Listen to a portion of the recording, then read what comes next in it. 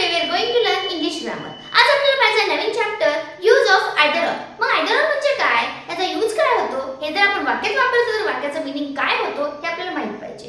मग आपल्याला यासाठी आयदर ऑरचा मीनिंग काय, आयदर ऑरचा मीनिंग होतो हे किंवा ते, म्हणजे दोन्ही विना नाही, दोन्ही पैकी एक, या अर्थाने आपल्याला आयदर ऑर वापरावं लागतं. चला बघा एक सेंटेन्स घेऊ, त्यामध्ये आयदर ऑर वापरला मीनिंग काय बदलतो आणि त्याला आपण यूज केल्यावर त्याचा मीनिंग काय होतो आणि पहिल्या वाक्याचा मीनिंग काय होतो.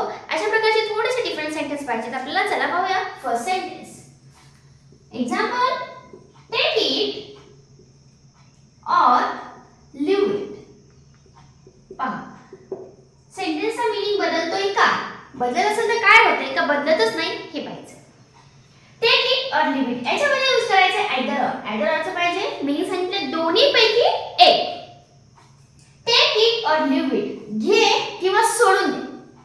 ओके, हे पाहिजे असेल तर घे नाहीतर राहू दे, अशा अर्थाने हा सेंटेन्स आहे. आता यामध्ये आपल्याला आयदर वापरायचं आहे तर काय, either take it or leave it असं होतं. मग काय, एक तर घे नाहीतर राहू दे किंवा सोडून दे. चला पाहूया वापरलं काय होतं. इथे एक आहे, दोन आहे, एक तर घ्यावं लागेल किंवा सोडून द्यावं लागेल, दोन्हीपैकी एक करायचं. मग दोन्हीला आपण आयदर ऑर ने जोडताना आपल्याला काय करायचं, सुरुवात आयदर ने करायचं.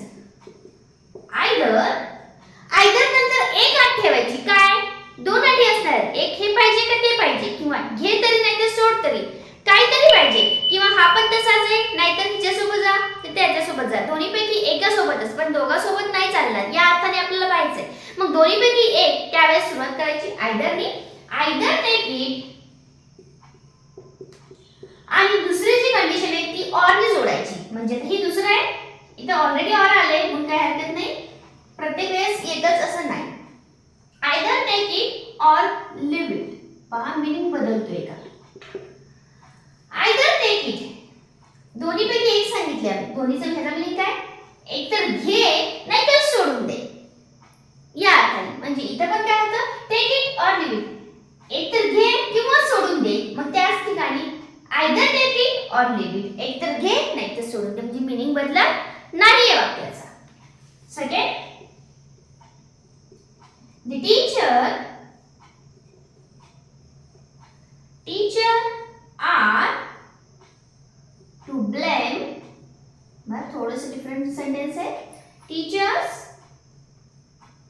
R to blame.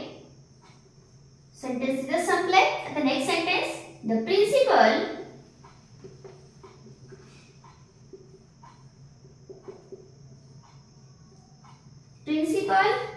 is to blame. आता वाक्याचं ते teacher are to blame, teachers आहे म्हणून आर घेतले, are to blame. The principal are is, principal एकच असतो मग प्रिन्सिपल इज टू ब्लेम. मग या ठिकाणी पण तेच करायचं, सुरुवात करायची आयदर नी. मी पहिल्यांदा सांगितलंय सुरुवात करायची आहे आयदर नी. आयदर द टीचर सी किंवा प्रिन्सिपल सी, तुम्ही काही घेऊ शकता. मग either the principal,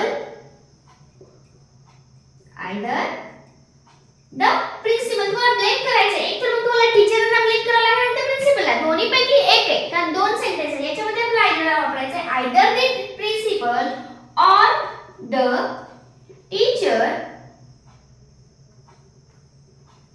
either the principal म्हणजे दोन आहेत. इथे कसं होतं, टेक आणि लिव्ह, इथे काय आहे, टीचर्स आणि प्रिन्सिपल.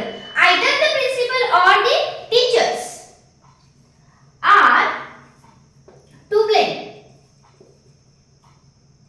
म्हणजे सेंटेन्स कसं दिलेलं आहे हे लक्षात घ्या पाहिजे. फर्स्ट याच्यामध्ये दोन आहे, टीचर आर टू ब्लेम, एक तर तुम्हाला टीचरला ब्लेम करायचं आहे तर प्रिन्सिपल इज टू ब्लेम आहे तर प्रिन्सिपलला. मग या ठिकाणी आयदर वापरायचं, तिथे पण तेच होतं मीनिंग. आयदर द प्रिन्सिपल, एक तर तुम्हाला प्रिन्सिपलला ब्लेम करायला लागेल, अदरवाइज टीचरला, म्हणजे दोन्हीपैकी एकालाच तुम्हाला ब्लेम करता येईल. ओके, अजून एक सेंटेन्स घेऊया. पहा याच्यामध्ये पहिल्यात ऑर होतं, दुसऱ्यात ऑर नव्हतं, काहीच नव्हतं, नुसते दोन सेंटेन्स दिले होते, त्याला आपण आयदर वापरलं. थर्ड घेऊया, राम और मोहन has done it. आता काहीतरी केलेलं असेल तर विचारायचं कोणी केलं. मग आपण म्हणतो हे एक तर याने केलं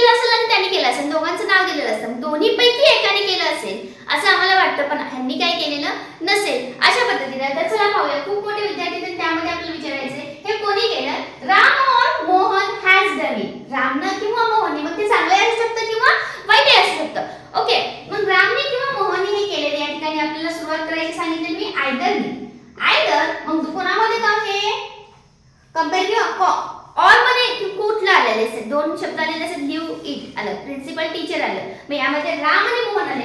आयदर राम और मोहन. आयदर राम और मोहन हॅज डन इट. अशा पद्धतीने पहा सेंटेन्सचं मिनिंग काय होतं.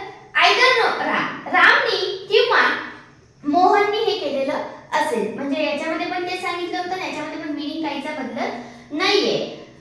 म्हणजे सेंटेन्स मध्ये आपण आयदर ऑर कसं वापरलं, आपण आयदर ऑर वापरलं तरी त्याचं मीनिंग बदलत नाहीये हे लक्षात घ्या. कारण कधी कधी आपल्याला थोडंसं हे किंवा हे नाही आयदर हे म्हणजे एकच आहे असं नाही होत. कारण आयदर म्हणलं की नाही लगेच कळतं, पण आयदर म्हणल्यावर नाही. पण आयदर म्हणलं असतं दोन्हीपैकी एक, या अर्थाने आपण हे आयदर ऑर वापरू शकतो. काही डाऊट असेल कमेंटमध्ये सांगत चला. व्हिडिओ कसा वाटला हे सुद्धा कमेंटमध्ये सांगत चला.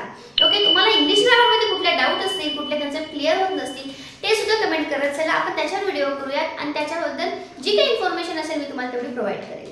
ओके, चला कमेंट करत चला, लाईक करत चला आणि व्हिडिओला शेअर आणि सबस्क्राईब करायला मात्र विसरू नका. Okay, thank you.